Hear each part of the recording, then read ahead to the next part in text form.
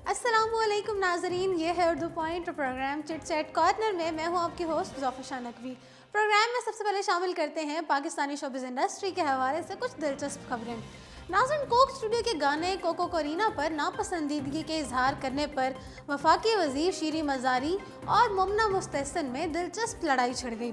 तफसीलात के मुताबिक मारूफ गुलकारा मोमना मुस्तहसन और उनके साथ नौवारिद गुलकार अहद रज़ा मीर की आवाज़ में कोक स्टूडियो सीज़न 11 में उनका डेब्यू गाना कोको करीना रिलीज़ किया गया था, जिसमें उन्होंने गुलकारा मोमना मुस्तहसन के साथ गुलकारी की। कोको करीना लेजेंडरी चॉकलेटी हीरो वहीद मुराद पर फिल्माया गया था और अहमद रश्दी का गाना है जो आज तक मकबूल है। कोक स्टूडियो सीज़न 11 में इस गाने का रीमेक पेश किया गया है जो कि मद्दाहों को मुतासिर करने में बुरी तरह नाकाम हो गया। शायकीन ने जहां अहद रज़ा मीर की गुलकारी को सख्त तनकीद का निशाना बनाया, वहीं सबने मिलकर कोक स्टूडियो सीज़न 11 के प्रोड्यूसर जुहैब काजी और अली हमजा को भी आड़े हाथों लिया। नाज़रीन, वफाकी वज़ीर इंसानी हकूक़ डॉक्टर शीरी मज़ारी ने भी ट्वीट करते हुए सख्त गुस्से का इजहार किया और कहा है कि एक खौफनाक एक अजीम क्लासिक को तबाह कर दिया गया। कोक स्टूडियो ने इस क्लासिक गाने के इस तरह से कत्ले आम की इजाज़त आखिर क्यों दी? नाज़रीन, इस पर मोमना मुस्तहसन और शीरी मज़ारी में बहस छिड़ गई। इस पर मोमना मुस्तहसन का कहना था कि हम आपके जज्बात को ठेस पहुंचाने पर मुआज़रत ख्वाह हैं और हमारे हवाले से राय देना आपका हक है, लेकिन बतौर वज़ीर आपको चाहिए कि आप कोक स्टूडियो की तारीफ़ करें कि उन्होंने हमें हमारी राय को इजहार करने का मौका दिया, चाहे वो खौफनाक ही क्यों ना हो। नाज़रीन, इस पर शीरी मज़ारी का कहना था कि ये मेरी ज़ाती राय है जो देने का मुझे हक हासिल है, बिलखसूस अगर वो गैर सियासी मामला हो। उन्होंने मोमना मुस्तहसन को पूछा कि वो इस मामले में वजारत को क्यों ले आई हैं। नाज़रीन, इसमें मोमना मुस्तहसन ने कहा कि जब आप वजारत रखती हैं तो ये मामला सियासत तक महदूद नहीं है, आप हम सबकी नुमाइंदा हैं, ना सिर्फ अपनी ज़ात और पाकिस्तानी तहरीक इंसाफ की। इस बात पर वफाकी वज़ीर शीरी मज़ारी ने कहा था कि किसी गाने को पसंद करना या ना पसंद करना मेरी ज़ाती राय है, इसका सियासत से कोई ताल्लुक़ नहीं। और उन्होंने यह भी कहा कि मुझे ये गाना पसंद नहीं आया, बस बात ख़त्म हो गई। तो जी नाज़रीन, ये थी वो मीठी मीठी नोक झोंक जो शीरी मज़ारी और मोमना मुस्तहसन के दरमियान हुई। पाकिस्तानी अदाकार और मेज़बान फ़हद मुस्तफ़ा दुनिया के 100 पुरकशिश तरीन मर्दों की फहरिस्त के लिए नामजद हो गए हैं। जी हाँ, तफसीलात के मुताबिक ARY के प्रोग्राम जीतो पाकिस्तान के मेज़बान फ़हद मुस्तफ़ा की पुरकशिश शख्सियत और खूबसूरत की दुनिया मोतरफ़ है और अब उन्हें एक बैनुल-अक़वामी मुकाबले में नामजद किया गया है। पूरे एतमाद और खूबसूरत मुस्कुराहट से हज़ारों दिलों पर राज करने वाले बासलाहियत अदाकार फ़हद मुस्तफ़ा दुनिया के 100 मोस्ट हैंडसम मैन में उनकी फहरिस्त 2018 के लिए नामजद हुए हैं।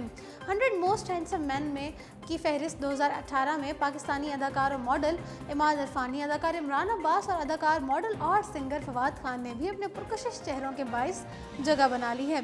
दुनिया के 100 पुरकशिश मर्दों की फहरिस्त में बॉलीवुड के अदाकार ऋतिक रोशन, शाहिद कपूर और वरुण धवन के अलावा हॉलीवुड के मशहूर चेहरे टॉम क्रूज और दी रॉक के नाम से मशहूर डेवियन जॉनसन भी शामिल हैं।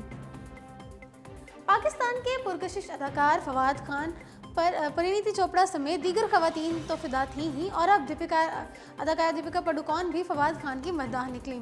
हाल ही में अदाकारा दीपिका पादुकोण और आलिया भट्ट ने करण जौहर के शो कॉफ़ी विद करण में शिरकत की, जहां उन्होंने अपनी ज़िंदगी और पसंद नापसंद के हवाले से कई बातें शेयर की। नाज़रीन, शो में रैपिड फायर राउंड के दौरान करण जौहर ने दीपिका से पूछा कि वो बॉलीवुड में सबसे खूबसूरत और गहरी आंखें किसकी हैं, और नाज़रीन दीपिका ने जवाब देते हुए कहा कि अदाकार फवाद खान की आंखें बहुत सहरंगेज और खूबसूरत हैं, जिस पर मेज़बान करण जौहर भी दीपिका पादुकोण के जवाब से मुत्तफिक हुए।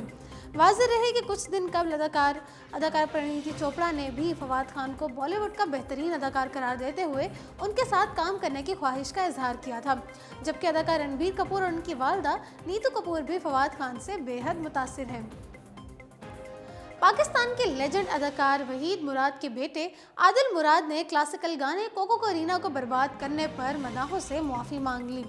नाज़रीन, कोक स्टूडियो मोमना मुस्तहसन और अहद रज़ा मीर की जानिब से पाकिस्तान के क्लासिकल गाने कोको करीना को बर्बाद करने और वहीद मुराद के मद्दाहों के जज्बातों को ठेस पहुंचाने पर लेजेंडरी अदाकार वहीद मुराद के बेटे आदिल मुराद ने माफ़ी मांग ली है।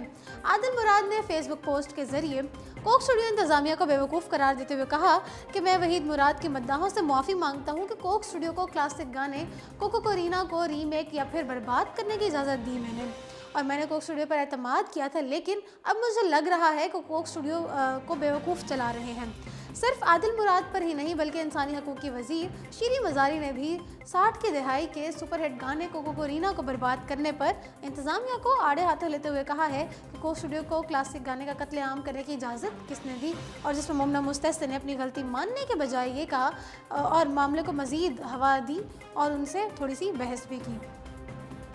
नाज़रीन, अदाकारा मीरा ने तलाक का मुकदमा लड़ने वाले अपने वकील को बेवकूफ़ बना दिया। जी हाँ, मीरा के वकील को दिए गए 15 लाख के चेक बाउंस हो गए। तफसीलात के मुताबिक अदाकारा मीरा ने एक केस की मद में अपने वकील को 15 लाख का चेक दिया था। ताहम वकील बल्क शेयर जैसे ही कैश कराने गए तो अदाकारा के अकाउंट में रकम ही मौजूद ना थी। बल्क शेयर खोसा एडवोकेट ने अदाकारा मीरा को लीगल नोटिस भिजवा दिया। वकील ने मीरा को मैसेज किया तो मीरा की अंग्रेजी का निशाना बन गए। मीरा ने इस कानूनी नोटिस के जवाब में अनोखी मंतक अपनाई और एडवोकेट बल्क शेयर को जवाब दिया कि आप मेरे वकील हैं, अपने भेजे गए लीगल नोटिस का जवाब आप खुद ही दे दें। नाज़रीन, अगरचे फिल्मों और ड्रामों में किसी भी उम्र के अदाकार को उसकी उम्र और जिस्मानी खदोखाल के बरक्स भी किरदार दिए जाते हैं, ताहम ऐसा बहुत ही शाज़ो नाज होता है कि कोई नौजवान अदाकारा खुद से बड़े उम्र के अदाकार के वालिदा का किरदार अदा करे। शोबिस में ये बात भी होती रहती है कि अदाकाराओं को 40 साल की उम्र के बाद हीरोइन के किरदार में कम ही कास्ट किया जाता है।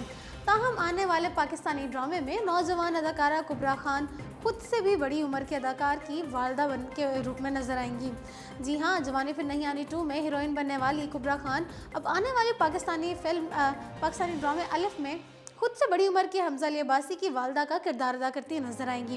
उन्होंने ड्रामे की कहानी को शानदार करार दिया और कहा है कि वो इसके नशर किए जाने की मुंतज़िर है। नाज़रीन, ये पहला मौका होगा कि कुबरा खान खुद से बड़ी उम्र के अदाकार की मां का किरदार अदा करती नजर आएंगी। कुबरा खान हाल ही में रिलीज़ होने वाली रोमांटिक कॉमेडी फिल्म जवानी फिर नहीं आनी 2 में हीरोइन के किरदार में नजर आई थी। उन्होंने हुमायूं सईद की गर्लफ्रेंड और एक भारतीय वालिद की बेटी का किरदार अदा किया था। आइए अब रुख करते हैं बॉलीवुड का। नामवर बॉलीवुड अदाकारा दीपिका पादुकोण अपने होने वाले शौहर रणवीर सिंह से ज़्यादा दौलतमंद निकली। जी हाँ, अदाकारा दीपिका पादुकोण और रणवीर सिंह बॉलीवुड की खूबसूरत तरीन जोड़ी होने के साथ साथ पावर कपल भी हैं। दोनों की मकबूलियत एक दूसरे से बिल्कुल भी कम नहीं। ताहम दीपिका की आमदनी में रणवीर से आगे निकल रही हैं। फोर्ब्स 2017 के सर्वे के मुताबिक बॉलीवुड की सबसे ज़्यादा आमदनी वाले अदाकाराओं में दीपिका पादुकोण 6ठे नंबर पर है। उनके असासों की मालियत 11 मिलियन डॉलर है, जो कि 80 करोड़ भारतीय रुपए बनते हैं, और इस आमदनी में उनकी फिल्मों और इश्तहारात वगैरह की आमदनी भी शामिल है। दूसरी जानिब रणवीर सिंह फोर्ब्स की इस फहरिस्त में सबसे ज़्यादा आमदनी वाले अदाकारों की फहरिस्त में 7वें नंबर पर है, और रणवीर सिंह की कुल असासों की मालियत 10 मिलियन डॉलर है, जो कि तकरीबन 76 करोड़ भारतीय रुपए बनती है। नाज़रीन, याद रहे कि दीपिका पादुकोण को बॉलीवुड की वाहिद अदाकारा हैं जो कि अदाकारों के मुकाबले में ज़्यादा मुआवजा लेती हैं। फिल्म पद्मावत में दीपिका ने 12 करोड़ मुआवजा लिया था, जबकि रणवीर सिंह को 7 से 8 करोड़ मुआवजा दिया गया था। नाज़रीन, बॉलीवुड में शादियों का सीज़न आ पहुंचा है। दीपिका और रणवीर और प्रियंका के बाद कपिल शर्मा की शादी की तारीख का भी ऐलान हो गया है। जी हाँ, गुज़श्ता रोज़ कुछ अरसे से मीडिया में कॉमेडियन कपिल शर्मा की शादी की खबरें गर्दिश कर रही थीं, और अब भारतीय टीवी के मज़ाहिया अदाकार की शादी की तारीख का ऐलान हो गया है। भारतीय मीडिया के मुताबिक कपिल अपनी गर्लफ्रेंड गिनी के साथ 12 दिसंबर को जालंधर में शादी के बंधन में बंधेंगे, और दोनों की इस्तकबालिया की तकरीब 14 दिसंबर को होगी।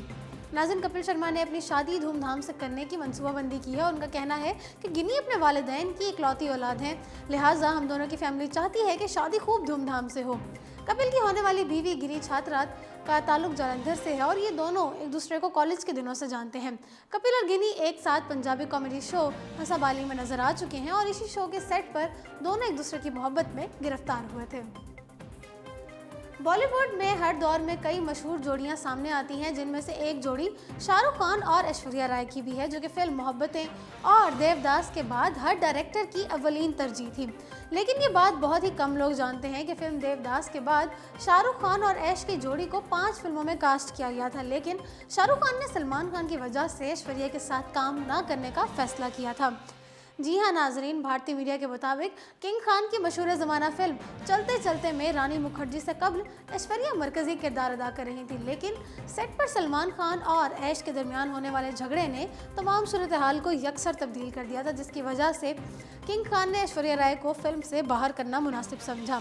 नाज़रीन, शाहरुख खान ने सेट पर होने वाले वाक़ये की गैर रस्मी तस्दीक करते हुए कहा था कि किसी के साथ नए प्रोजेक्ट पर काम करना, लेकिन बगैर किसी वजह से उसे निकाल देना बहुत मुश्किल अमल होता है और इस बात का मुझे अफसोस है। लेकिन ऐश्वर्या बहुत अच्छी दोस्त हैं, जबकि ज़ाती तौर पर शायद मैंने गलत किया हो, लेकिन बतौर प्रोड्यूसर ये जायज़ था, जिस पर मैंने ऐश्वर्या से माजरत चाहता हूँ। और नाज़रीन, ऐश्वर्या राय बच्चन ने भी एक इंटरव्यू में कहा था कि 2 फिल्में ऐसी थीं जिसमें बाकायदा तौर पर वो शामिल थीं, लेकिन बगैर किसी वजह के उन्हें उस प्रोजेक्ट से बाहर कर दिया गया था और जिसकी वजह आज तक उन्हें मालूम नहीं है।